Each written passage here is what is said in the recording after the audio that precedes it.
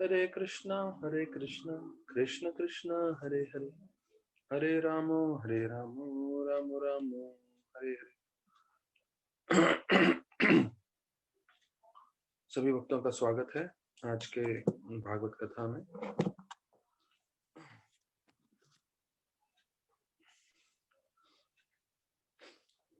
तो ये एक श्लोक आता है, इसमें वर्णन किया गया है, जन्मना जायते शूद्रा संस्कारात् भवेत् द्विजा, वेद पाठ भवेत् विप्रो ब्रह्म जानति इति ब्राह्मण। तो ये भी काफी कोटेड श्लोक है, जिसमें बताया गया है कि जन्म जायते शूद्र, जैसे हमने दूसरी जगह भी चर्चा किया हुआ है, कलो शूद्र संभव।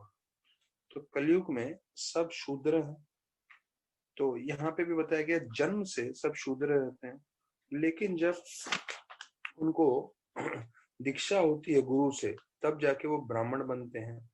और जो वास्तविक रूप में उसके बाद पूरी तरह से भगवान को जानने की कोशिश करते हैं और भगवान को समझ लेते हैं, वो असली में जो है प्रमाणिक ब्राह्मण बन जाते हैं। He becomes a truly learned ब्राह्मण। तो ये जो है श्रीमद् भागवतम के पहले स्कंद के 12वें अध्याय के 29वें श्लोक में वर्णन किया गया है।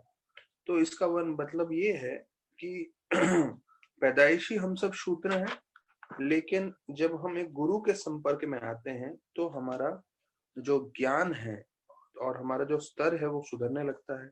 यहाँ पे बताया गया है कि संस्कार प्राप्त करने से, तो संस्कार प्राप्त करना अर्थात सिर्फ दीक्षा लेके संस्कार प्राप्त नहीं होता। अगर किसी ने दीक्षा लिया हो या नहीं लिया हो, लेकिन वो गुरु के संपर्क में रह के ब्राह्मण के गुण पूरी तरह से स्वीकार करता है, तो वो ब्राह्मण बन जाता है। और सबसे सर्वश्रेष्ठ, या यहाँ पे जैसे बताया गया, जो है सही में ट्रूली लर्नेड ब्राह्मण, मतलब पूरी तरह से जो है प्रामाणिक ब्राह्मण कब बन जाता है, जब भगवान को पूरी तरह से जान लेता है। ब्रह्म जानते इति ब्राह्मण। तो हम सबको जो है, हम लोग सब शूद्र जो है पैदाइशी हुई है जन्म से, लेकिन अभी हमें वहां से ब्राह्मण के स्तर पे जाना है। नहीं तो जो भौतिक प्रक्रिया है, भौतिक जगत के लोग हैं, वो लोग सब शूद्र और शूद्र से भी निम्न स्तर पे जा रहे हैं इंद्र तृप्ति करने के लिए, इंद्र भोग करने के लिए। तो हमें इसका ध्यान रखना है कि कैसे हम अपना मन जो है ब्रह्मन के ऊपर, जो है भगवान के ऊपर बनाए रखें और भौतिक चीजों के ऊपर नहीं जो है विचलित करें।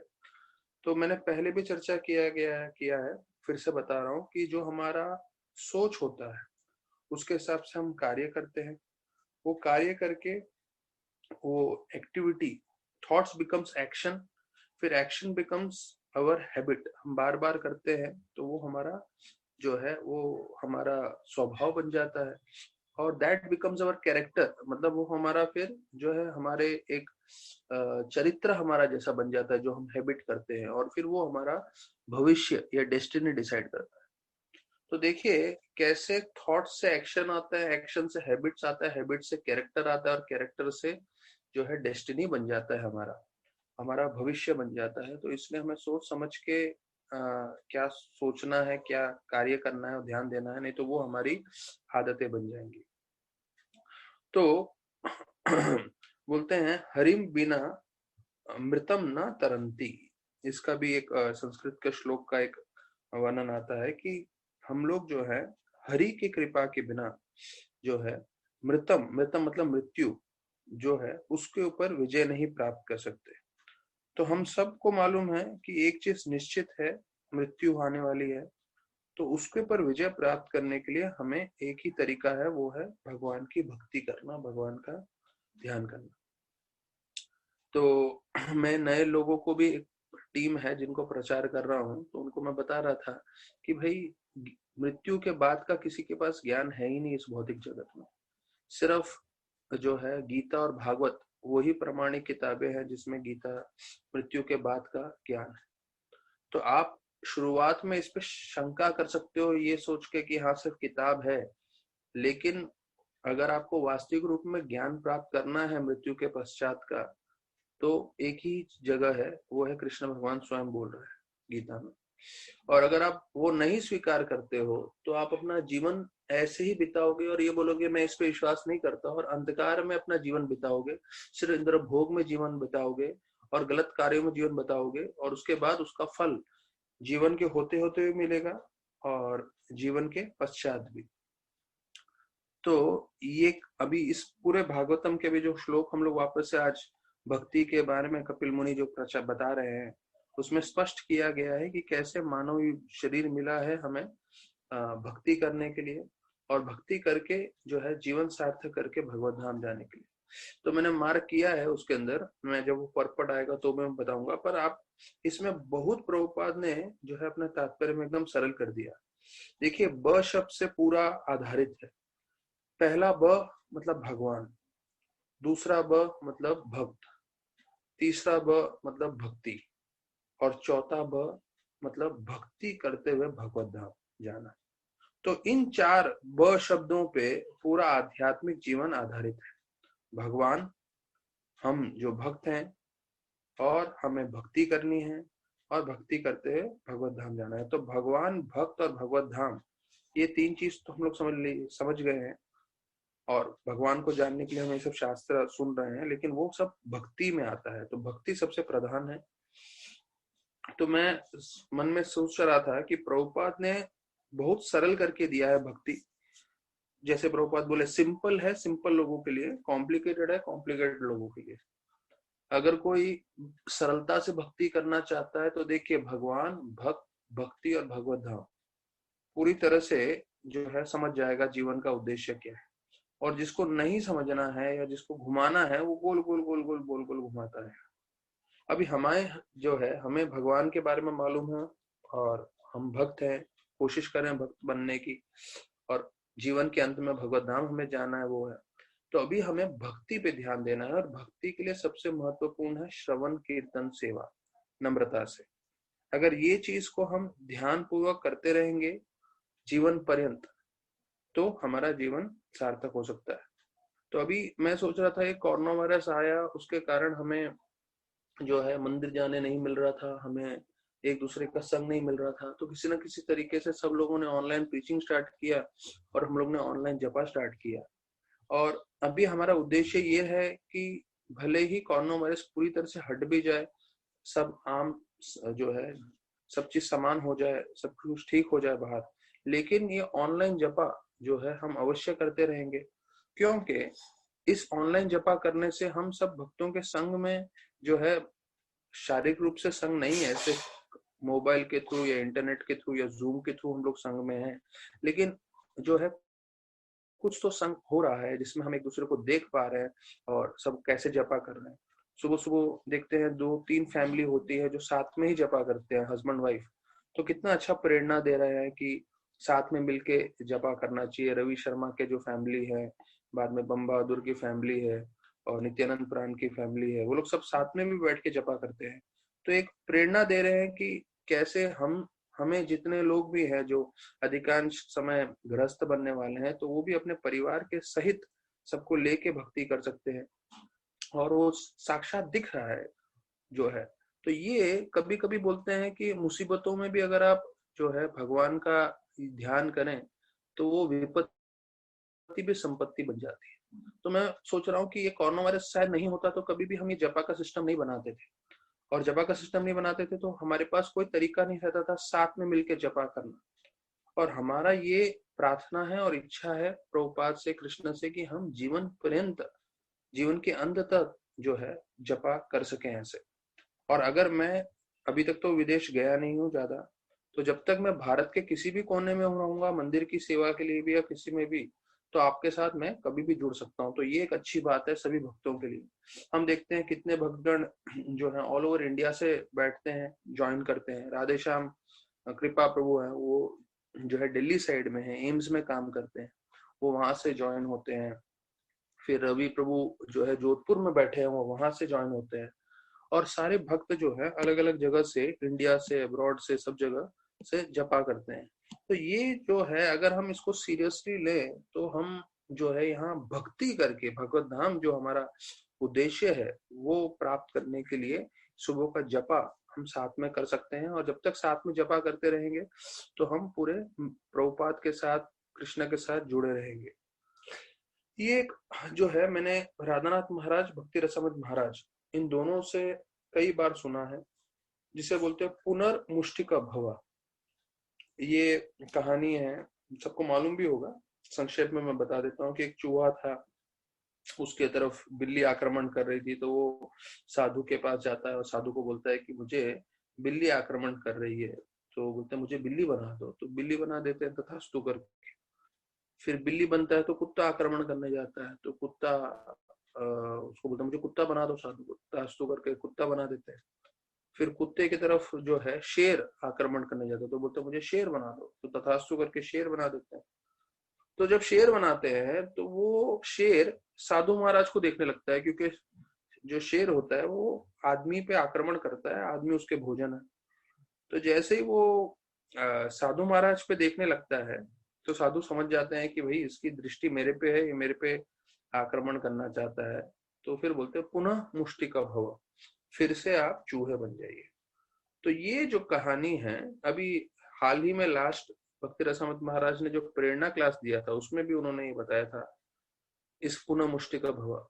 इसका मतलब ये है कि अगर हम भक्ति कर रहे हैं तो भक्ति के साथ साथ हमें आध्यात्मिक शक्ति आएगी, लेकिन इस आध्यात्मिक शक्ति से हमें अहंकार नहीं आना चाहिए।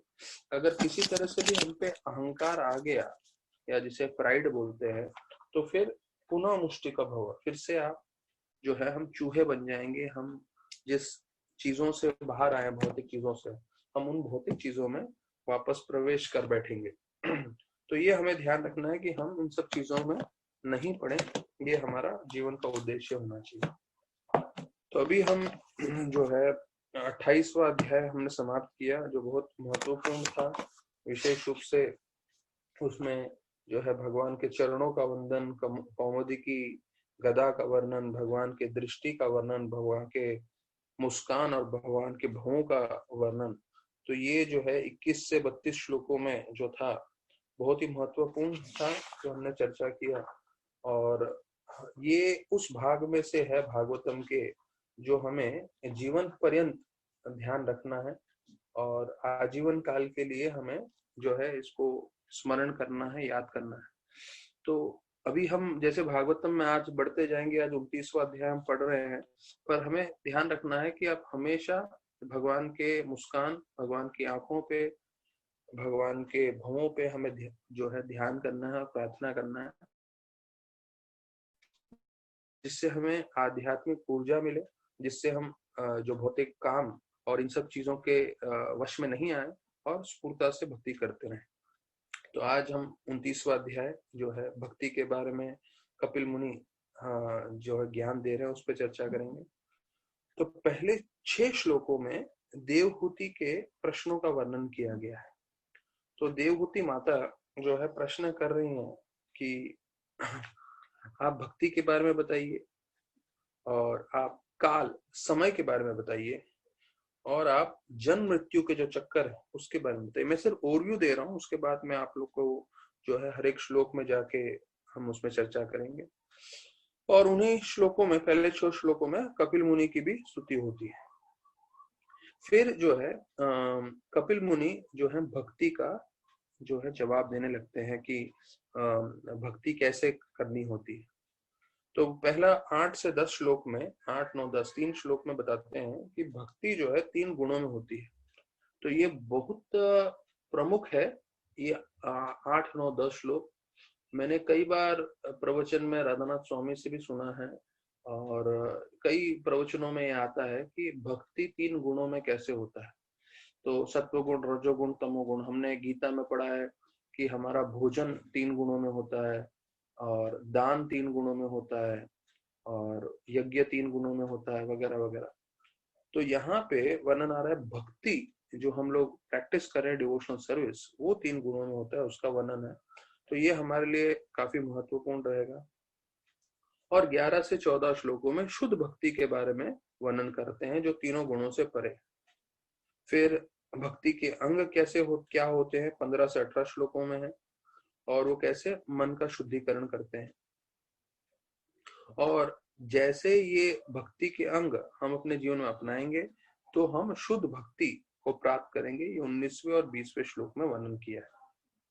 फिर 21 से 27 श्लोकों में बताया गया है कि जब हम अपराध करते हैं तो वो अड़चन बन जाता है भक्ति में, तो उससे कैसे बचे, तो उसका समाधान क्या है, तो उसके बारे में वर्णन किया गया है। और फिर 28 से 34 से श्लोकों में जीवों का अलग अलग स्वरूप बताया गया है। अर्थात जीव जो मतलब पेड़ पौधों से जो चालू होते हैं और फिर शुद्ध भक्त का जो स्तर आता है वो 28 से 32 श्लोकों में वर्णन किया गया। और फिर 33-34 में वर्णन किया है कि शुद्ध भक्त का क्या लक्षण होते हैं, जो भगवान के अलावा बाकी कुछ जो है चीजों पे ध्यान नहीं देते। और 35 से 45 लास्ट 10 श्लोकों में जो है काल का प्रभाव का वर्णन किया गया है। तो ये जो पूरा श्रृंखला है ये है 29वें अध्याय का पूरा दृष्टांत जो है संक्षेप में जो हमने चर्चा की है। तो पहले 2 श्लोकों में अभी देवहूति माता प्रश्न पूछ रही हैं। तो अभी देखिए देवहूति माता भी जो है एक प्रामाणिक भक्त के समान वो सभी लोगों का कल्याण के लिए ऐसे प्रश्न पूछ रही है जिससे उनका कल्याण हो और जो भागवतम सुने या पढ़े तो उससे बाकी जीवों का भी कल्याण। तो इसलिए वो पूछ रही हैं कि शुद्ध भक्ति के बारे में बताइए। और तो ये जो है पहले और दूसरे श्लोक में वर्णन आ रहा है कि which is the root cause of the knowledge of Sankhya and the ultimate end of all philosophical systems। अर्थात जो है शुद्ध भक्ति के बारे में आप बताइए और जिससे मुझे सब ज्ञान प्राप्त हो और सारे चीजों का बारे में मुझे जानकारी मिले। तो अभी इसके वर्णन किया गया है। ये जो शुद्ध भक्ति के बारे में जो पूछ रहे हैं उसका जवाब है 29वें अध्याय में ही 7 से 34 श्लोक तक। तो 7 से 34 श्लोक इसी अध्याय के शुद्ध भक्ति के बारे में वर्णन करेंगे। फिर जो है दूसरा उनका प्रश्न है वो है समय के बारे में आप बताइए। बोलते हैं कि कई बार समय से प्रभावित होके भयभीत होके लोग पुण्य कार्य करने लगते हैं। ये 4थे श्लोक में जो है प्रश्न आता है। तो उसका जो 35 से 45 जो हमने लास्ट सुना इस अध्याय के जो है भाग 10 श्लोक, तो वो समय के बारे में पूरा विस्तारित रूप से बताएंगे। और फिर बोलते हैं कि ये तीसरा प्रश्न है जो तीसरे श्लोक में आ रहा है कि आप जो है हमें जन्म मृत्यु का जो चक्कर है जिसमें सब जीव फंसे हुए हैं उसके बारे में आप मुझे ज्ञान दीजिए कि कैसे उसमें से निकल सकते हैं। तो ये जो है तीसरा स्कंद के 30वें और 32वें अध्याय में वर्णन किया गया है। तो ये जो है अगले श्रृंखला में है। तो मतलब कल मतलब जो अभी हम अगला अध्याय जब चर्चा करेंगे तो उसमें जन्म मृत्यु के चक्कर से कैसे निकलना है वो 30वें और 32वें अध्याय में पूरी तरह से वर्णन किया गया है। तो पहले अध्याय में अभी प्रभुपाद जो है ये बता रहे हैं अपने तात्पर्य में the purpose of elaborately describing the influence of time is to detach the conditioned soul from material activities which are considered to be simply waste of time। तो अभी हम पहले श्लोक में है, पहले और दूसरे श्लोक में। तो पहले श्लोक का जो तात्पर्य है उसमें हम चर्चा कर रहे हैं। प्रभुपाद बोल रहे हैं कि क्यों समय के बारे में हमें जानना चाहिए, क्योंकि जब हम समय के बारे में ध्यानपूर्वक समझेंगे तब हमें समझ में आएगा कि हम लोग अपना जीवन जो है व्यर्थ में ही बिता रहे हैं, व्यर्थ में ही कार्य कर रहे हैं। मतलब भक्ति के अलावा हम जो भी कार्य कर रहे हैं शुद्ध भक्ति के अलावा, तो जो जो कार्य हमारी शुद्ध भक्ति से जुड़ रहे हैं तो वो सब हमें प्रगति करा रहे हैं। हम सब उससे जो है भगवत धाम जाने की तैयारी कर रहे हैं। लेकिन उसके अलावा जो भी हम कार्य कर रहे हैं वो सिर्फ समय बर्बाद कर रहे हैं। तो कोई भौतिक व्याधि व्यक्ति है जो भक्ति से जुड़ा नहीं है, वो दिन भर जो है काम करेगा, दिन भर जो है पैसे कमाएगा और फिर जो है अपने परिवार के साथ इंद्र भोग करने की कोशिश करेगा अलग अलग तरीके से, या तो अकेले से खुद से इंद्रभोग करेगा। तो ये सब जो चीजें हैं सिर्फ समय बर्बाद करने वाली है, इसका कोई फायदा नहीं है। जैसे उदाहरण दिया जाता है कि आज से जो है जब एक बार एक व्यक्ति की मृत्यु हो जाती है तो उसके बाद भविष्य में उसने क्या किया कोई पूछता भी नहीं। मेरे माता पिता चले गए अभी, तो उन्होंने अपना पूरा जीवन दिया मुझे जो है बड़ा करने में, मुझे ज्ञान देने में, और जो है मुझे पूरी तरह से शिक्षण देने में। लेकिन अभी उनके जाने के बाद एक मैं हूँ और एक मेरी बहन है जो उनको याद करने वाली है। तो उसके अलावा शायद ही कोई है जो उनको याद करेगा, और फिर हमारे जाने के बाद, मेरे और मेरी बहन के जाने के बाद मेरे माता पिता को कोई भी याद नहीं करने वाला है। तो उन्होंने जीवन भर में क्या किया उसको कोई मूल्य है ही नहीं। तो सिर्फ आप भक्ति करेंगे तो उसका मूल्य है, नहीं तो बाकी सब चीजों का समय बर्बाद करना है।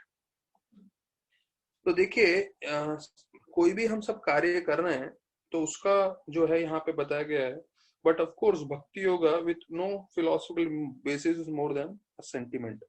मतलब अगर हम भक्ति में जो है शास्त्र का ज्ञान से जुड़ेंगे नहीं तो सिर्फ भावुकता के स्तर पे रहेंगे। ये प्रभुपाद का फेमस स्टेटमेंट है ये कि religion without philosophy is mental speculation. तो ऐसे करके प्रभुपाद भी बताते थे ये। तो कई लोग जो है अपने आप को बहुत बुद्धिमान समझते हैं और वो अपनी बुद्धि लगा के जो है सब कार्य करते रहते हैं, पर ऐसे लोगों का जो है कुछ कल्याण नहीं होता। और जो है प्रभुपाद यहाँ बता रहे हैं कि इसी तात्पर्य में कि कई लोग जो है अपने आप को बहुत होशियार समझते हैं और अपने हिसाब से सब कार्य करते रहते हैं। जैसे कई हम दुनिया में देखते हैं लोग जो है अपना पांडित्य से बहुत पैसा कमा लेते हैं, बड़े उद्योगपति बन जाते हैं। तो उनको लगता है मैं जीवन में कामयाब हूँ, मेरे पास बहुत सारा धन है। लेकिन ये जो है कामयाबी नहीं है। कामयाबी वो होती है कि जब आप भक्ति करो और किसी भी स्तर पे हो, अपना ये जीवन आखिरी जीवन करके भगवत धाम पहुंच जाओ। तो हाँ, अगर आप उद्योगपति हो तो उसके साथ साथ अगर आप भक्ति कर रहे हो तो आपका जीवन पूरी तरह से सार्थक है। तो बोलते हैं अगर उस वो नहीं हो रहा है तो आपका जीवन व्यर्थ है। तो जैसे मैंने बताया इसी पैराग्राफ में पहले श्लोक के इसमें भगवान, भक्त और भक्ति के बारे में बताया गया है, और भक्ति के बाद जो है हमें भगवत धाम प्राप्त करना है उसके बारे में ये पहले दूसरे श्लोक का ही मैं रेफरेंस बता रहा था। तो फिर प्रभुपाद बताते हैं आखिरी पैराग्राफ में कि हमें सिर्फ ज्ञान प्राप्त नहीं करना चाहिए, हमें ज्ञान के साथ हमें समझना चाहिए कि इस ज्ञान का अंत क्या है, वो है भक्ति योग। अर्थात हम ये जितना भी ज्ञान प्राप्त कर रहे हैं, ये ज्ञान किसके लिए है? भक्ति के लिए। और वो भक्ति के बारे में श्रवण करने के बाद उसको अपने जीवन में अपनाना है। अगर हम सिर्फ श्रवण करते जा रहे हैं, उसको अपना नहीं रहे हैं, तो उसका कम फायदा होगा। लेकिन अगर पूर्णतः फायदा चाहिए तो ज्ञान के साथ जब हम भक्ति का जो ज्ञान का अंत है वो है भक्ति, क्योंकि सबसे उत्तम ज्ञान है भक्ति का ज्ञान। और जब भक्ति का ज्ञान हम प्राप्त करते हैं तो उसे अपने जीवन में भी अपनाना चाहिए। फिर बोलते हैं कि अगर आपके पास भक्ति नहीं है और सिर्फ ज्ञान ही ज्ञान आप जो है इकट्ठा कर रहे हो, तो बोलते हैं, यहाँ बोल रहे हैं कि there is no use of beating the husk if the grain has already been removed. मतलब हस्किंग अ पैडी, जो धान होता है धान, तो उसको निकालने के लिए जो है पूरे धान को हम लोग जो है इस पे पटकते हैं और फिर उसमें से अनाज निकलते हैं। लेकिन अगर पहले से ही अनाज निकल गया है धान में से, तो फिर उसके ऊपर के छिलके को सिर्फ पटकने का कुछ मतलब नहीं है, उसमें से कुछ नहीं निकलने वाला है। तो वही चीज बता रहे हैं कि अगर हम भक्ति नहीं कर रहे हैं तो बाकी जो भी हम अपने जीवन में कार्य कर रहे हैं उसका कोई फायदा नहीं है। तो सब चीजों को भक्ति के साथ जोड़ना अति आवश्यक है। तो ये प्रभुपाद ने पहले और दूसरे इसमें बताया है। अभी जो तीसरा श्लोक था कि कैसे जीव जो है वो जन्म मृत्यु के चक्कर में फंसे हुए हैं, और by hearing such calamities we will become detached from activities of material world। तो पहला तो ये चीज है कि लोग जो हैं इस भौतिक जगत में पूरी तरह से जन्म मृत्यु में पूरे फंसे हुए हैं और लोगों को इसका ज्ञान भी नहीं। तो प्रभुपाद बोलते थे कि एक सोया हुआ व्यक्ति को आप उठा सकते हो, लेकिन कोई व्यक्ति जो सोने का आडंबर नचा रहा है, मतलब सोने का नाटक कर रहा है, सोया नहीं है, आप उसको उठाने की कोशिश करोगे वो नहीं उठेगा, क्योंकि वो सोया है ही नहीं, वो नाटक कर रहा है। तो प्रभुपाद बोले उसी प्रकार से जो है अधिकांश लोगों को इसके बारे में मालूम ही नहीं है कि कैसे वो जन्म मृत्यु के चक्कर में पूरी तरह से जकड़े हुए हैं, फंसे हुए हैं, और उनको लगता है ये जीवन ही अंतिम जीवन है।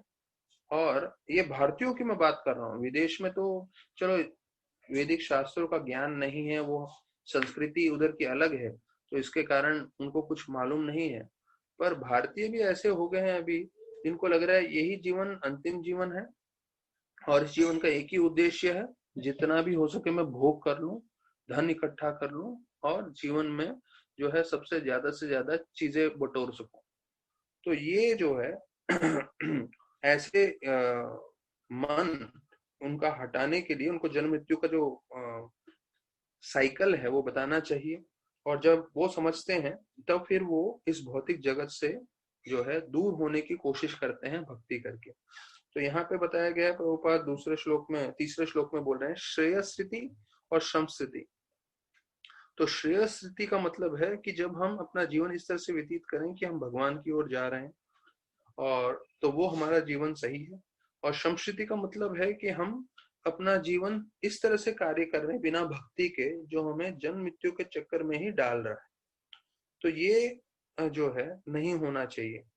तो बोलते हैं people have no knowledge of this material world, God and their actual relationships with him, and actually going to the darkest region of material existence in the name of progress in material advancement of civilization। तो लोगों को लग रहा है हम लोग बहुत तरक्की कर रहे हैं, और तरक्की करते हुए उनका जीवन अंधकार वर्ष जो है सबसे अंधेरे कोने में सृष्टि के उनका जीवन जा रहा है। तो ये अंधकार में कैसे जा रहा है, प्रभुपाद उसके अगले लाइन में बताते हैं कि वो अगले जन्म में हो सकता है कि मानव शरीर न मिलते हुए उनको जो है दूसरे योनि का शरीर मिले। ये सबसे बड़ा अंधकार है, ये सबसे बड़ा जो है भय है।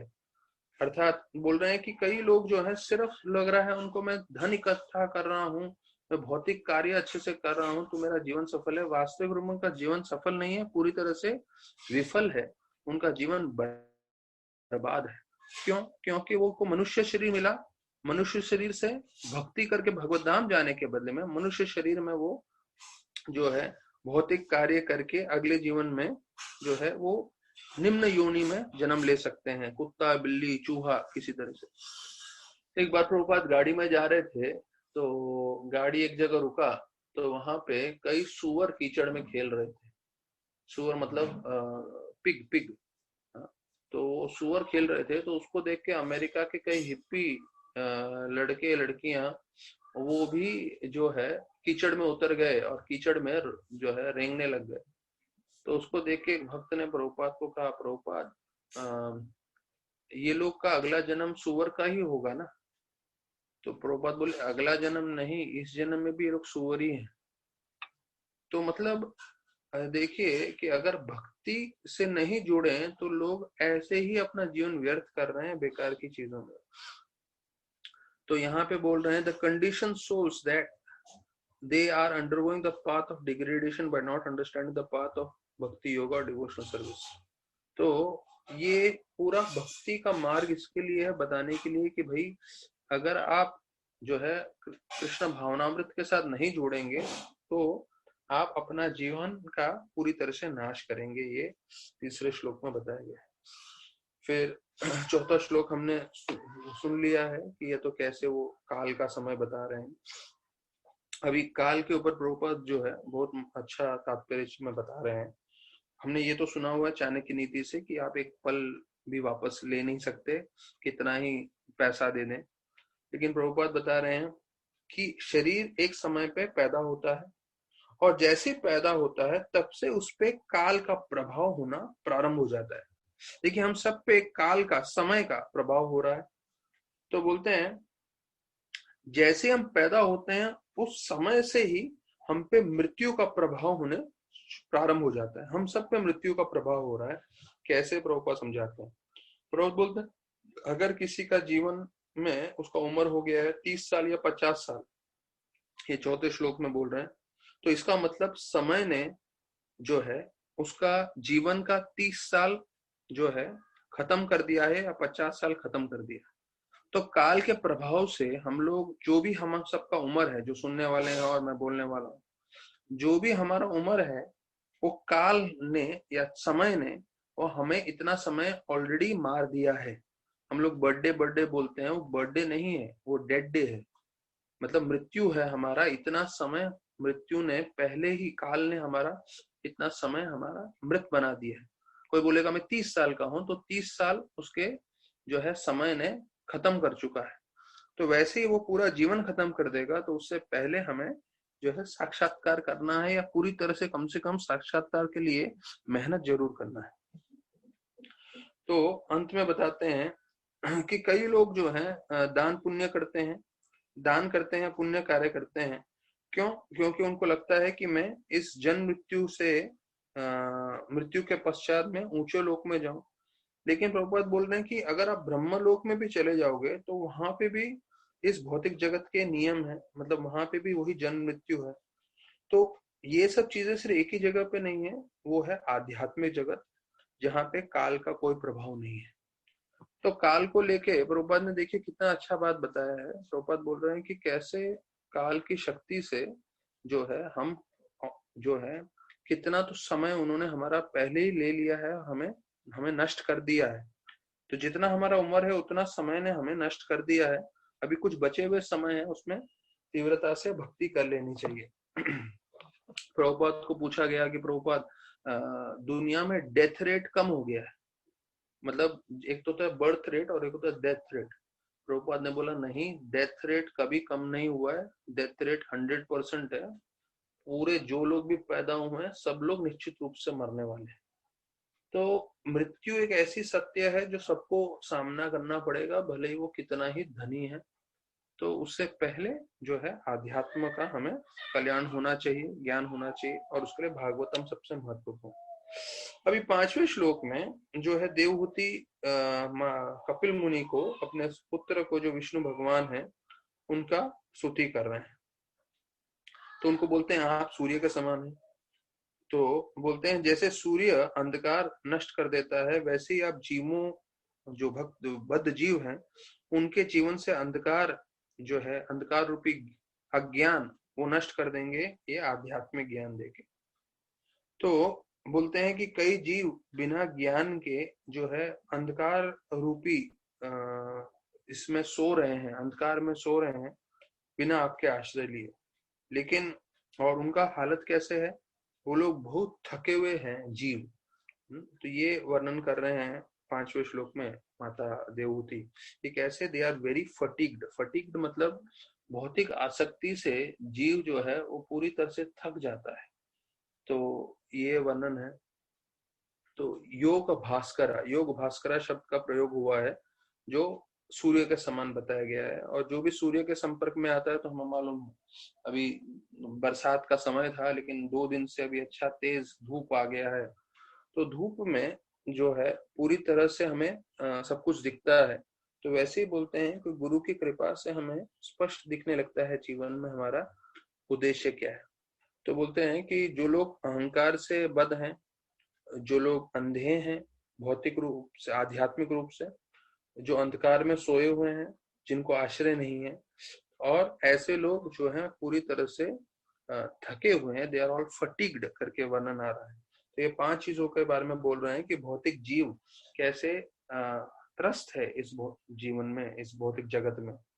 तो ये सिर्फ मतलब सिर्फ सुनने के लिए नहीं है कि हाँ भागवतम में हाँ बोल रहे हैं ये अहंकार से ये हैं, बद्ध हैं, आध्यात्मिक रूप से अंधे हैं, अंधकार में सोए हुए हैं, और उनका आश्रय नहीं है, और थके हुए हैं।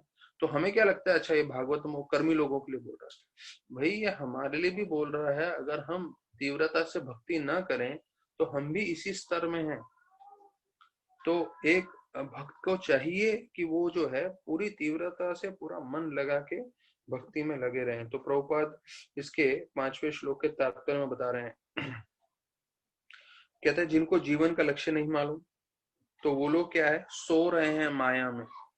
हाँ, माया के अंधकार के जाल में वो लोग सो रहे हैं। भले ही वो कितना ही मेहनत करें, भले ही कोई हो सकता है 18-20 घंटे काम करे, हो सकता है कोई, कई लोग बॉम्बे में 2-2 नौकरी करते हैं, 2-2 जॉब करते हैं, हाँ, या उससे भी ज्यादा 3-3 जॉब भी करते हैं, ऑनलाइन भी स्टार्ट कर देते हैं, बाद में ऑफिस भी जाते हैं, फलाना फलाना भी करते हैं। लेकिन ऐसे लोग बताया जाता है भागवत के दृष्टिकोण से कि वो लोग सो रहे हैं अंधकार में, क्योंकि उनको जीवन का लक्ष्य नहीं मालूम। तो एक जो वैष्णव होता है उसका इच्छा क्या होती है कि ऐसे जीव को उठाए, अंधकारमय जीवन से उसको जागृत करके उसको उठा के भक्ति में लगाए। तो वही देवहूति माता का भी दृष्टिकोण है, इसलिए उन्होंने ये सब प्रश्न पूछा है। बोलते हैं भौतिकवादी व्यक्ति के पास आंखें ही नहीं होती देखने के लिए और समझने के लिए कि उनका हेतु क्या है, उनके लिए सबसे उत्तम क्या है। उनको लगता है जीवन का एक ही उद्देश्य है कि भौतिक चीजें मैं कैसे ज्यादा से ज्यादा बढ़ा सकूं, एकत्रित कर सकूं।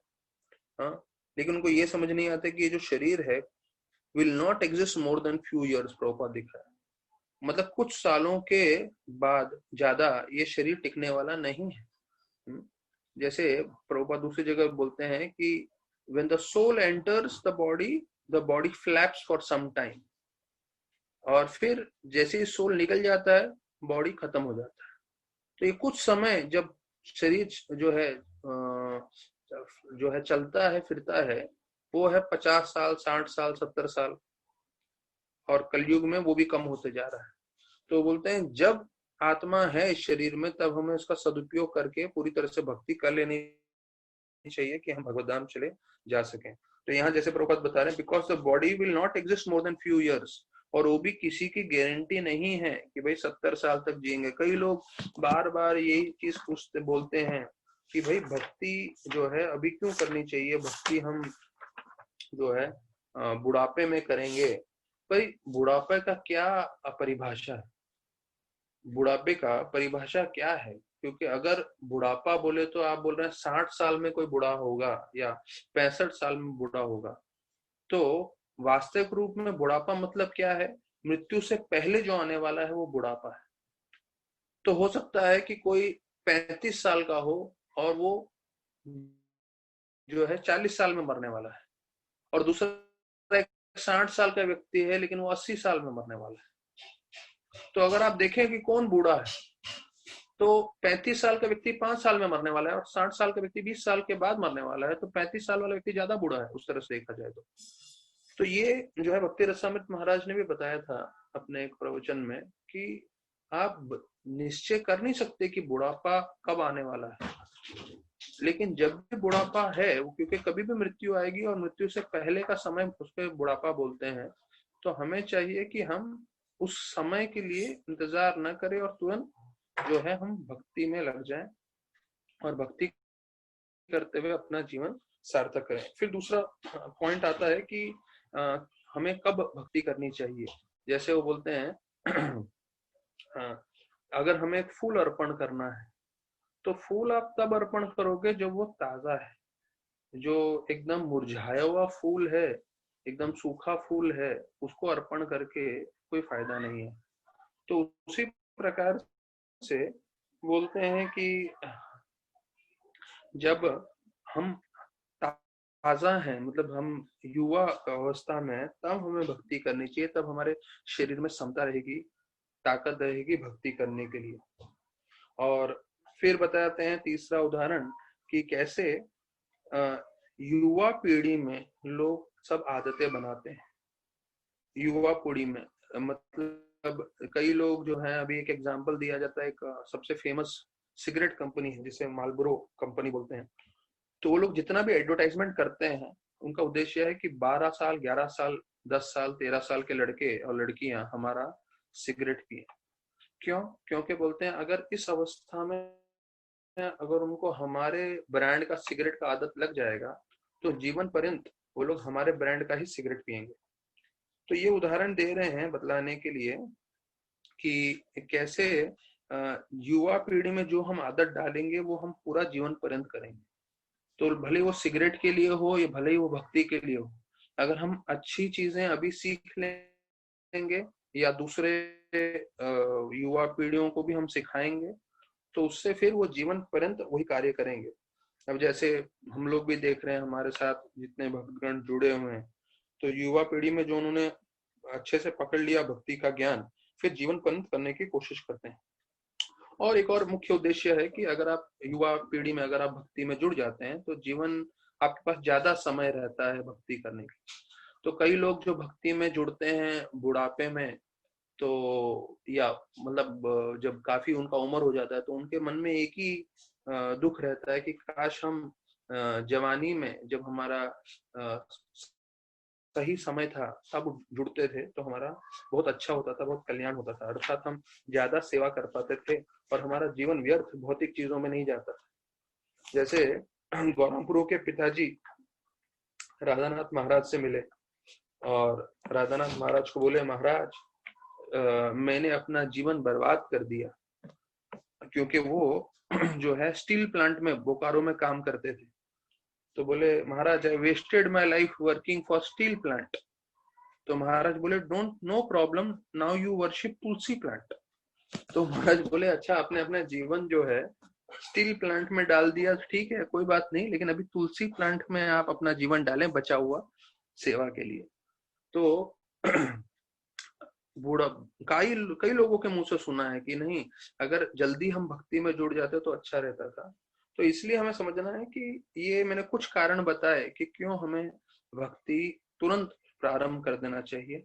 ऐसा नहीं है कि बुढ़ापे तक में आप रुकेंगे और तब आपका जो है आदतें इतनी बन जाएगी, फिर आप नई चीजें सीख भी नहीं पाएंगे।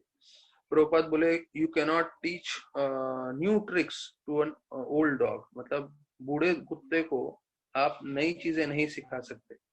या प्रभुपाद दूसरा बोलते थे कि आप एक सूखे हुए बांबू को मोड़ नहीं सकते, एक हरे बांबू को मोड़ सकते हो, लेकिन अगर एक सूखे बांबू को मोड़ने जाओगे टूट जाएगा पर मुड़ेगा नहीं।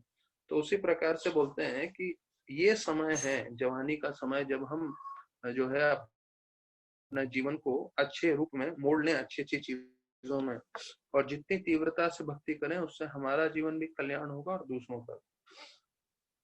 तो यहाँ बोल रहे हैं कि उनके पास आंखें ही नहीं है, ये छठा श्लोक चल रहा है कि उनके पास आंखें ही नहीं है ये देखने के लिए कि मेरे लिए सबसे उत्तम क्या है। तो उनको लग रहा है जीवन का एक ही उद्देश्य है भौतिक चीजें जो है बढ़ाना, भौतिक चीजें ज्यादा से ज्यादा इकट्ठा करना। और लेकिन प्रभुपाद बोल रहे हैं ये शरीर कुछ सालों से बाद ज्यादा टिकने वाला नहीं है।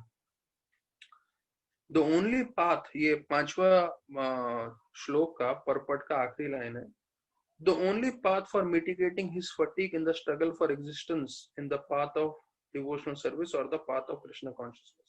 तो ये जो थके हुए हैं बताया गया है जीव, तो उनको इस थके हुए परिस्थिति से निकालने का एक ही मार्ग है, प्रभुपाद बता रहे हैं, वो है भक्ति कृष्ण भावनामृत। ठीक है, तो ये 5वां श्लोक इधर तक बताया। तो राधानाथ महाराज बताते हैं कि हमें अपने जीवन में हमेशा पॉजिटिव होके चलना है, हमेशा हमें पॉजिटिव होके चलना है। तो उसके बारे में वर्णन कर रहे हैं कि पॉजिटिव का मतलब है कि भले ही बहुत सारी नेगेटिव चीजें चल रही हों आपके आसपास, स्पेशली अभी का समय है कोरोना वायरस का, तो या जो भी हमारे जीवन में दूसरी भी परिस्थितियां आती रहें, लेकिन हमें हमेशा पॉजिटिव होके चलना है। तो उसके ऊपर बताते हैं क्या तरीके से आप पॉजिटिव हो सकते हो। पहला, जो भी परिस्थिति है उसको आप स्वीकार करें। पहला स्टेप महाराज बताते हैं कि जो भी अभी परिस्थिति है आप उसको स्वीकार करें, उसको जो है नकारे नहीं, पहला है उसको स्वीकार करना। फिर दूसरा है ऐसे परिस्थिति में भी आशावादी बने रहना, टू बी होपफुल, या उसको ऑप्टिमिज्म भी बोलते हैं कि भाई परिस्थिति कुछ भी हो लेकिन हम इस परिस्थिति में भी जो है अच्छे से अच्छा कार्य करने की कोशिश करेंगे, भक्ति करने की कोशिश करेंगे। तीसरा, हमें कृतज्ञ रहना चाहिए, हर परिस्थिति में, मुश्किल परिस्थिति में भी कृतज्ञ रहना चाहिए, वो भूलना नहीं चाहिए। और चौथा कि हमें जो है गुण जानना चाहिए, वी शुड एप्रिशिएट जो है हर परिस्थिति में। जैसे आज का प्रवचन हमने शुरुआत किया ये बोलते हुए कि कोरोना वायरस के कारण हमें जो है सबके संग में जपा करने को मिल रहा है, सबके संग में भागवत सुनने मिल रहा है। तो ये जो है हमें हर परिस्थिति में कुछ ना कुछ अच्छा ढूंढना चाहिए। तो मैं 4 चीज जो महाराज बताते हैं हमें पॉजिटिव कैसे रहना है जीवन में वो देखना है। पहले हमें स्वीकार करना है कोई भी परिस्थिति है। दूसरा हमें आशावादी बने रहना है, होपफुल। तीसरा हमें कृतज्ञ बने रहना है और चौथा हमें अप्रिशिएट करना है हर स्थिति में। अगर ये हम 4 चीज पालन करेंगे तो हर परिस्थिति में हम पॉजिटिव रह सकते हैं। जैसे एल्बर्ट आइंस्टाइन बोलते हैं, don't be with negative people. ये एल्बर्ट आइंस्टाइन है, जो सबसे बड़े वैज्ञानिक हैं, बड़े साइंटिस्ट हैं, वो बोलते हैं, मैं इंग्लिश में बोलता हूँ फिर हिंदी में अनुवाद करूंगा। Don't remain with negative people, they will find problem in every solution. मतलब वो लोग बोल रहे हैं कि कई लोग ऐसे होते हैं जो हमेशा दोषदर्शी होते हैं, हम हर चीज में वो दोष देखते हैं, तो उनके साथ कभी मत रहिएगा, क्योंकि वो हर अच्छे कार्य में कुछ ना कुछ नुक्स दिखा लेंगे, कुछ ना कुछ दोष देखेंगे, और दोष देख के वो खुद भी परेशान रहेंगे, आपको भी परेशान करेंगे। तो हमने देखा है हमारे जीवन में भी कई लोग रहते हैं जो हमेशा दुखी रहते हैं, हमेशा कुछ ना कुछ दोष ही ढूंढते रहते हैं। तो उनके साथ रहोगे तो उसी के बारे में बात करते रहेंगे, हमेशा नेगेटिव बात करेंगे, दोष के बारे में बात करेंगे।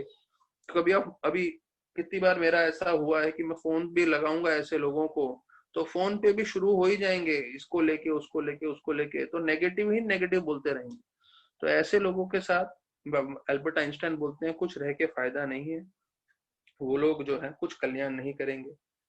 तो यहाँ पे फिर 6ठे श्लोक में वर्णन आ रहा है कि कपिल मुनि प्रसन्न हो जाते हैं अपनी माता के शब्द सुन के, और वो एकदम कृपा रूप से जो है जवाब देने लगते हैं। तो बताया जाता है भगवान हमेशा कृपालु हैं और वो हमेशा कृपा देने के लिए तैयार रहते हैं। तो जब वो देखते हैं कि जो मेरे भक्त हैं वो भी कृपा देने के लिए तैयार है, तो ऐसे भक्तों के प्रति वो और कृपालु हो जाते हैं। तो देखिए इसमें एक अलग दृष्टांत बताया है कि भगवान कृपा देने के लिए हमेशा तैयार है, सभी जीवों को, सभी जीवों का उद्धार के लिए तत्पर है।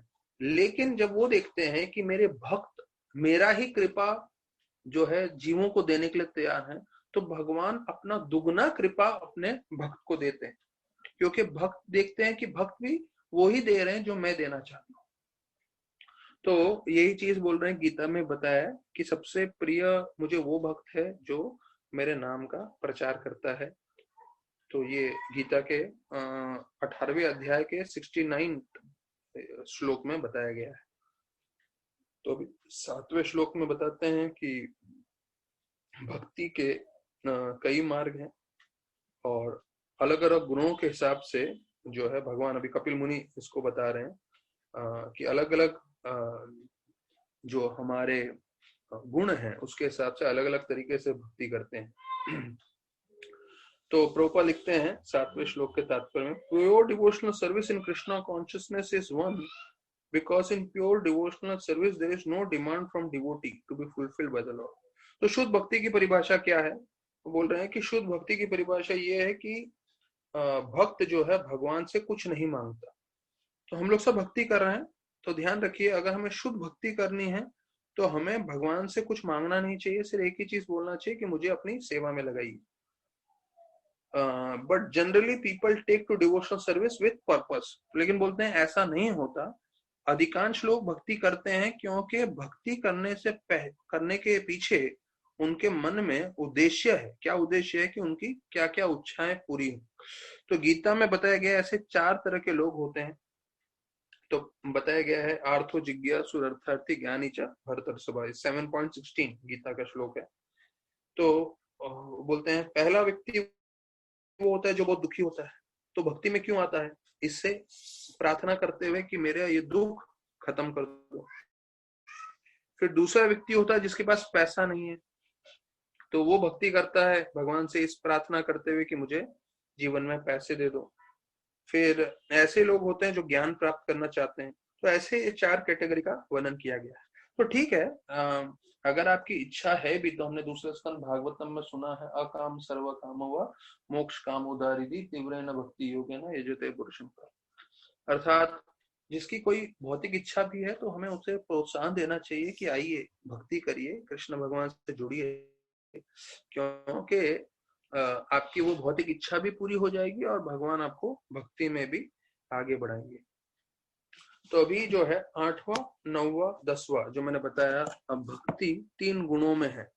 हाँ, तो उसके बारे में वर्णन कर रहे हैं। तो अभी ये समझिए, भक्ति तामसिक, राजसिक और सात्विक नहीं है। भक्ति में जो भक्त है वो राजसिक, तामसिक और सात्विक है। भक्ति हमेशा शुद्ध है। भक्ति मतलब जो है सबसे उच्च कोटि का जो प्रामाणिक भाव है वो है।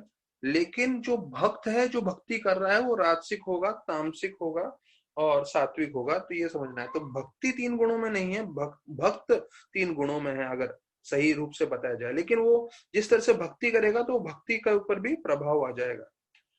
तो ये 8वें श्लोक में बताया गया है कि कैसे जो तमोगुण में जो है वो भक्ति करेगा तो वो द्वेष करेगा, वो हिंसा करेगा, वो हमेशा क्रोधित रहेगा और वो जो है उसमें अहंकार रहेगा, अभिमान रहेगा। तो उसमें करुणा की कोई लक्षण नहीं रहेंगे। तो कोई भी मतलब जीव जो भक्ति कर रहा है, मतलब माला कर रहा है, डिवोटी के बीच में है, पर अगर आप देखते हो कि लड़ाई झगड़ा कर रहा है, बार बार क्रोधित होता है और बार बार गुस्से में आ रहा है और उसको बहुत अभिमान है अपना और द्वेष कर रहा है, तो ये तमोगुण का व्यक्ति है और तमोगुण के हिसाब से वो भक्ति में जुड़ा हुआ है। ये इसको समझना चाहिए। प्रभुपाद बोलते हैं कि अगर आप गुरु की सेवा कर रहे हो, गुरु के निर्देशन में भगवान की सेवा कर रहे हो और आपका उद्देश्य सिर्फ एक है, भगवान को प्रसन्न करना, तो वो शुद्ध भक्ति है। तो भले ही हम तमोगुण का चर्चा कर रहे हैं, पर प्रभुपाद हमें जैसे अंग्रेजी में बोलते हैं ट्रू नॉर्थ, ट्रू नॉर्थ मतलब सही प्रमाणिक दिशा का हमें मार्गदर्शन करना। तो ये जो ट्रू नॉर्थ है, अभी जैसे मैंने आपको बताया, हमने फर्स्ट कैंटो में जब से पढ़ा मैंने कि हम जब भी आध्यात्मिक कार्य करते हैं तो हमें नॉर्थ डायरेक्शन में जो है अपना फेस करते हुए हमारा चेहरा नॉर्थ डायरेक्शन में होना चाहिए। तो उस डायरेक्शन में तकरीबन 6 महीने से मैं बैठ के प्रवचन भी दे रहा हूँ, उसी डायरेक्शन में बैठ के सुबह को जपा भी कर रहा हूँ मैं अभी।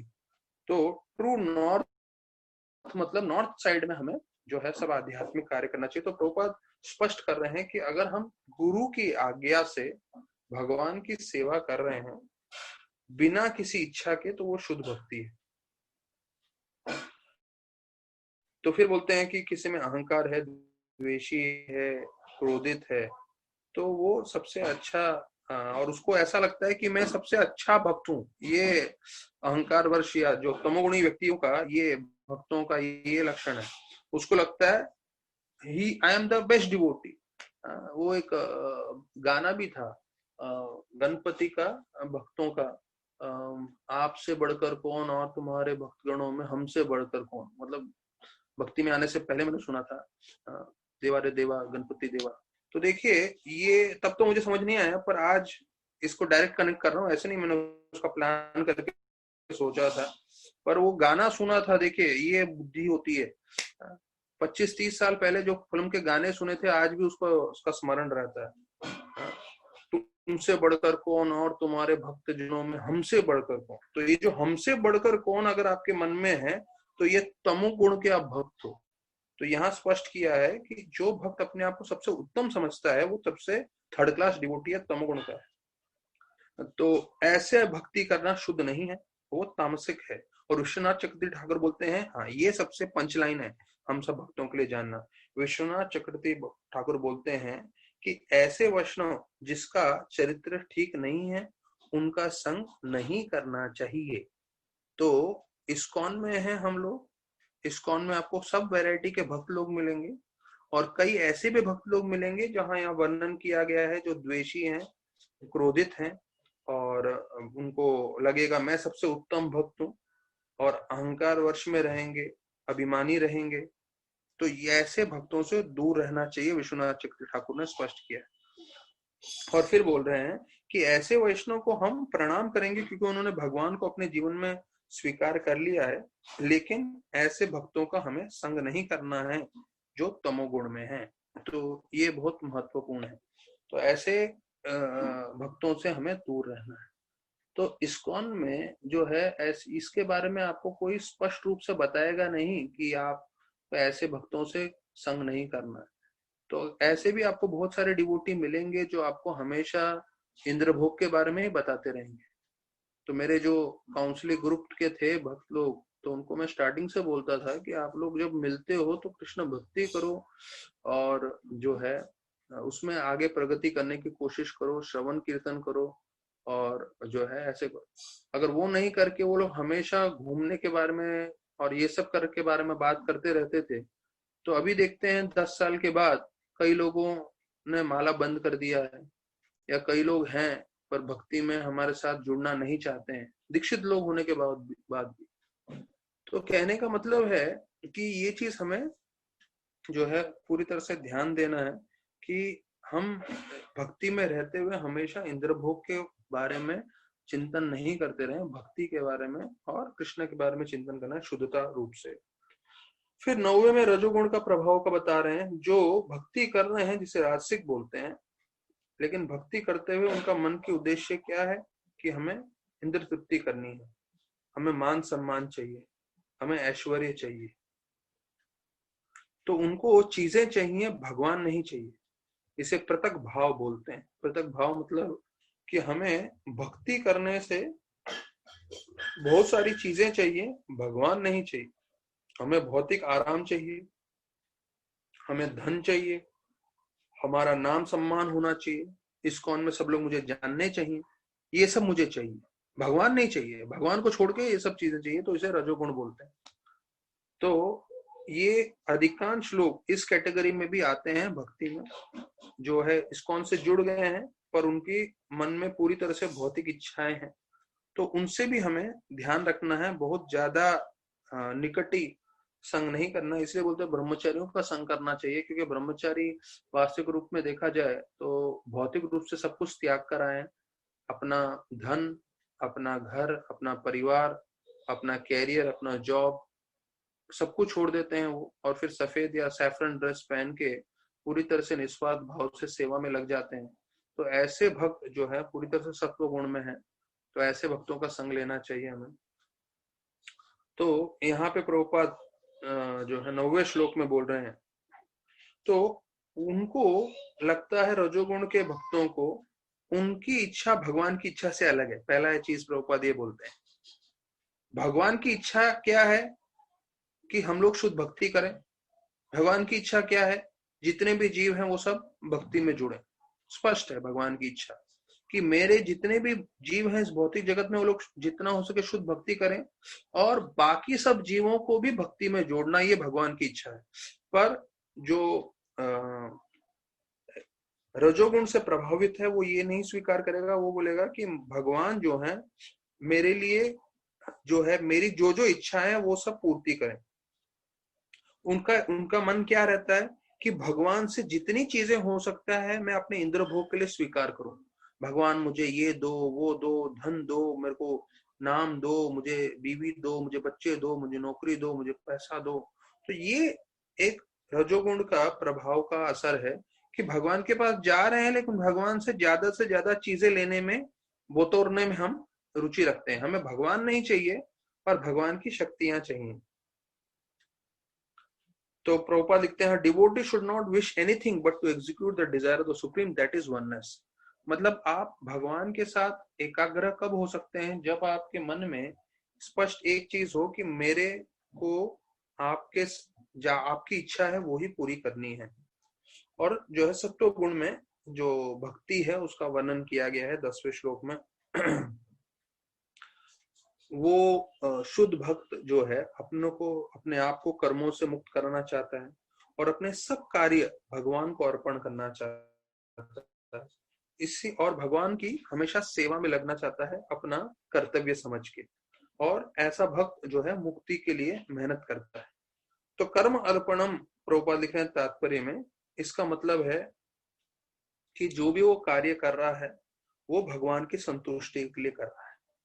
तो if there is any inability or fault, it is atoned for by his offering process। तो देखिए कर्म अर्पणम के बारे में बता रहे हैं कि हम जो भी कार्य कर रहे हैं हम भगवान को अर्पण करें, और हमारे कार्य करते समय कई दोष होंगे क्योंकि हम शुद्ध भक्त नहीं हैं, लेकिन ऐसे दोष का भी शुद्धिकरण हो रहा है। क्यों? क्योंकि हम सब कार्य भगवान को अर्पण कर रहे हैं। जैसे भौतिक रूप से मैं आपको एक सिंपल एग्जांपल दूं, आप कुकिंग कर रहे हैं, कुकिंग करते समय थोड़ा जो है नमक आप भूल गए डालना और आपने ऐसे ही ऑफरिंग कर दिया, तो वो जो है अच्छा आइटम नहीं बना है क्योंकि नमक नहीं है। लेकिन क्योंकि आपने भगवान को अर्पण किया है तो दोष से भरा हुआ है वो, लेकिन फिर भी भगवान उसको स्वीकार कर लेते हैं। तो उसी प्रकार से जैसे मैंने कुकिंग का बताया, वैसे हम दिन भर में जो भी कार्य कर रहे हैं, क्योंकि हम शुद्ध भक्त नहीं है, उसमें दोष होंगे, उसमें हमारे थोड़े अनर्थ भी होंगे, लेकिन भगवान उसको स्वीकार कर लेंगे और हमें शुद्ध कर लेंगे। तो प्रभुपाद रूप गोस्वामी का उन्होंने जो शिक्षण दिया है वो कोट कर रहे हैं, अन्य अभिलाषिता शून्यम, अर्थात हमारे मन में कोई और अभिलाषा नहीं होनी चाहिए, और कोई अभिलाषा है भी तो उसे शून्य करना है। एक ही अभिलाषा होनी चाहिए, वो भगवान की सेवा।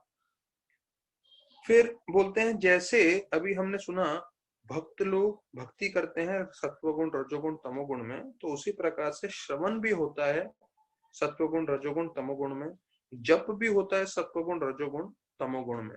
तो उसको 9 गुना मल्टीप्लाई करेंगे तो 27 होता है, उसको और 9 गुना मल्टीप्लाई करेंगे तो 81 होता है। तो ऐसे अलग अलग तरह के भक्ति के मार्ग होते हैं।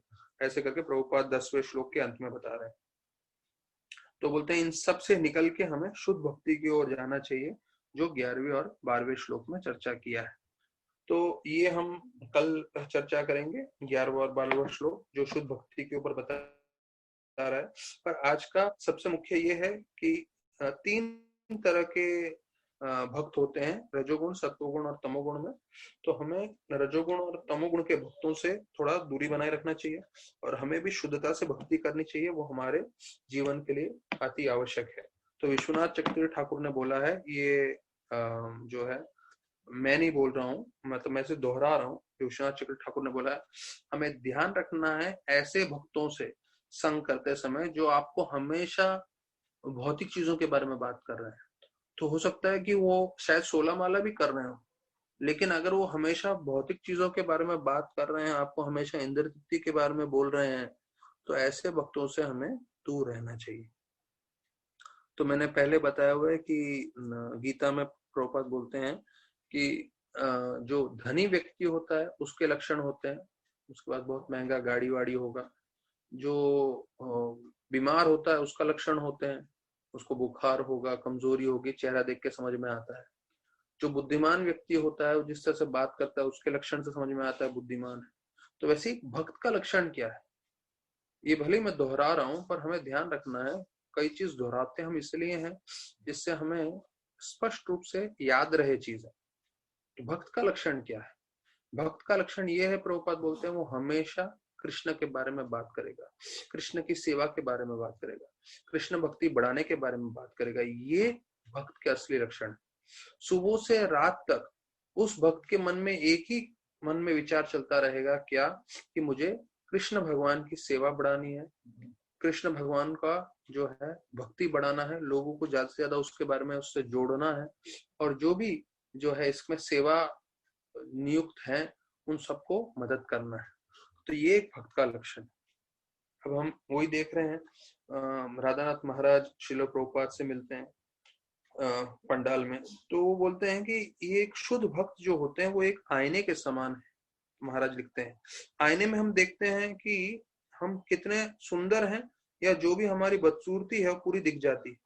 तो उसी प्रकार से जब हम एक शुद्ध भक्त के सामने आते हैं तो हमारा कितना निष्ठा है, हमारे कितने पाप हैं, हमारी कमजोरियां क्या हैं, हमारी मजबूतियां क्या हैं, सब कुछ आ जाता है। और जैसे मैं प्रभुपाद के समक्ष बैठा था तो मुझे भी समझ में आ रहा था मेरा स्तर क्या है। तो प्रभुपाद के साथ बैठते हुए अभी उनके मन में ये प्रश्न आन रहा था कि मेरा उद्देश्य क्या है, क्या मैं जिम्मेदारी नहीं लेना चाहता इसलिए मैं यहाँ से वहां घूम रहा हूँ। राधानाथ महाराज अपने बारे में बोल रहे हैं, और अब क्यों अभी तक मैंने कोई प्रामाणिक मार्ग नहीं ढूंढा, शायद इसके लिए क्योंकि मैं जिम्मेदारी नहीं लेना चाहता अपनी और दूसरों की, या मैं ऐसे ही समय बर्बाद कर रहा हूँ। तो भविष्य का क्या होगा और मैं कहाँ जा रहा हूँ, तो ऐसे सब प्रश्न है प्रभुपाद के पास बैठे हुए उनको मन में आ रहे थे राधानाथ महाराज को। तो भी बताया जाता है कि प्रभुपाद ने जो है अपनी आंखें जो है बिल्कुल महाराज की ओर लगा करी और बिल्कुल महाराज की आंखों में देख रहे थे। तो बताया जाता है कि दोनों की आंखें मिल गई और ऐसा मानो प्रतीत हो रहा था कि भले ही उधर 20,000 लोग थे, लेकिन 20,000 लोग जो है बिल्कुल अदृश्य हो गए, कोई नहीं था वहां पे, सिर्फ महाराज को ऐसा लग रहा था वो थे और प्रभुपाद थे।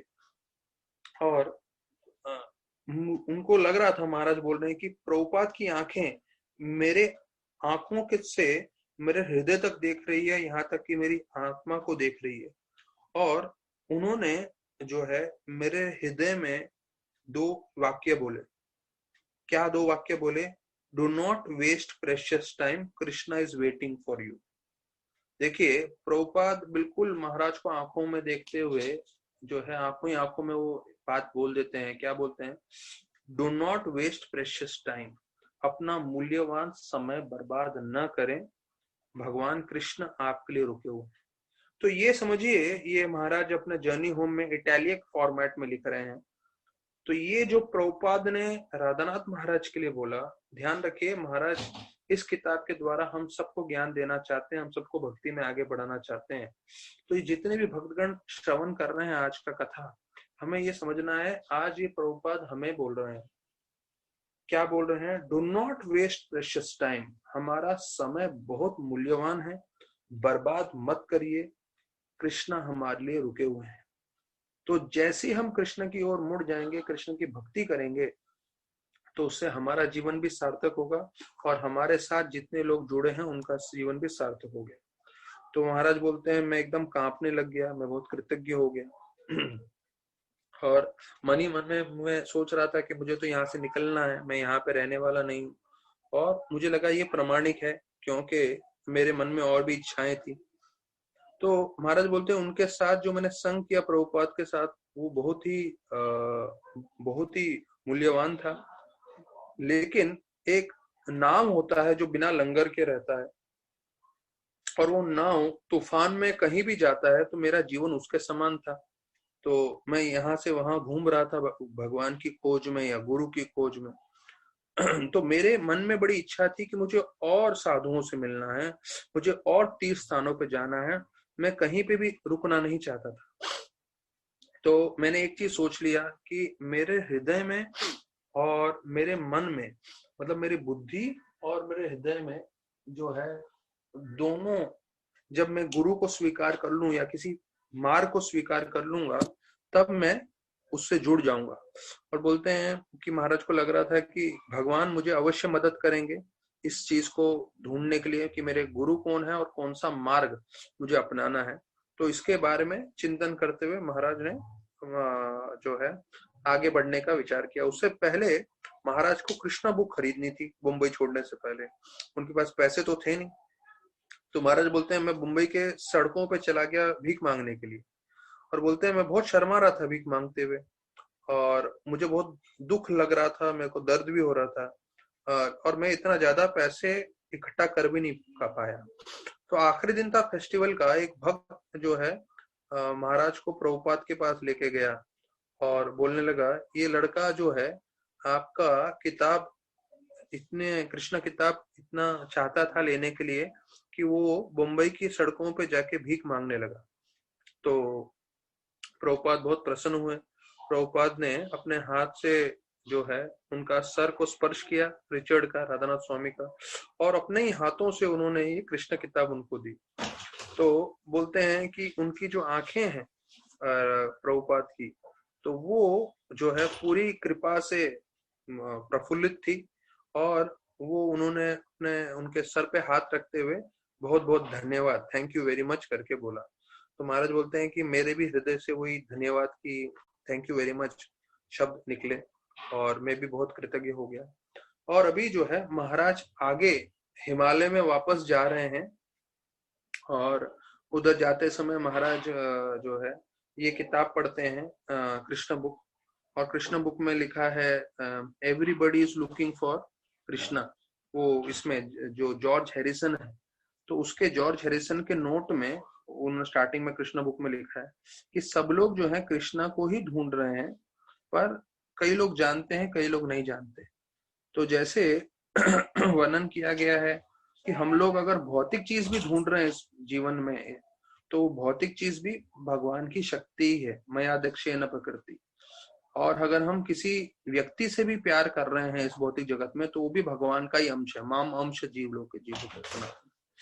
तो अगर हम देखें इस भौतिक जगत में, अगर हमें धन चाहिए, कोई चीज चाहिए या कोई व्यक्ति चाहिए, तो वास्तविक रूप में हम लोग कृष्णा को ही ढूंढ रहे हैं, लेकिन हमें ये समझ में नहीं आता कि हम कृष्णा को ढूंढ रहे हैं, हम चीजों के प्रति आकर्षित रहते हैं। तो ये जो स्टार्टिंग है कृष्णा बुक का, तो वो महाराज पढ़ रहे थे।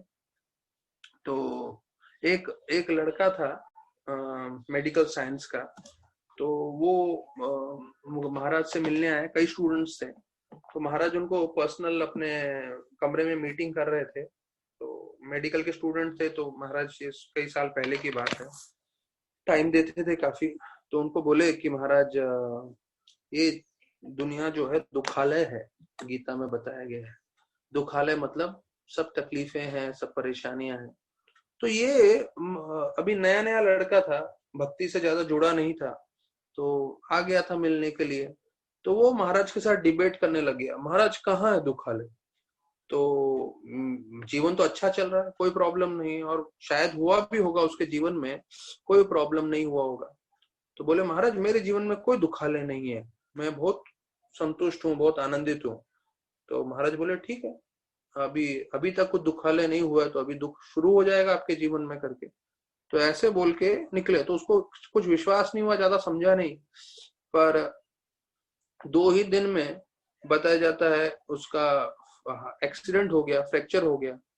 उसके घर में जो है उसका जो बिजनेस था उसमें आग लग गई और पूरा दिवालिया निकल गया।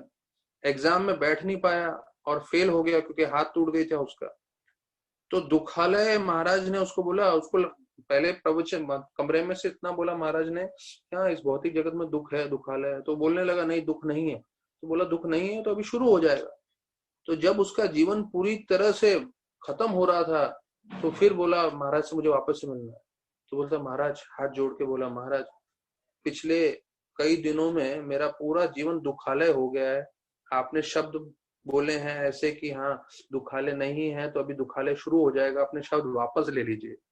तो महाराज ने बोला ठीक है, मतलब मैं सिर्फ आपको ये बताना चाहता था, मैं ये नहीं चाहता था कि आपके जीवन में दुख हो, पर आप जिससे बोल रहे थे कि दुख है ही नहीं, तो मैं बोला देखिए ये भौतिक जगत में सबको दुख भोगना पड़ता है। तो हमें ये चीज समझना चाहिए कि हम जब शुद्ध भक्तों के संग में रहते हैं, तो उनके मुख से क्या शब्द निकलते हैं वो हमारे जीवन पे पूरी तरह से असर करते हैं। तो कभी हमें उन्हें ऐसे उत्तेजित नहीं करना चाहिए कि वो कुछ ऐसे शब्द बोले जिससे हमारा नुकसान हो। तो हम जो है इसी के ऊपर चर्चा करते हुए कल 4 बजे फिर मिलेंगे। बहुत बहुत धन्यवाद सभी भक्तों का। हरे कृष्णा।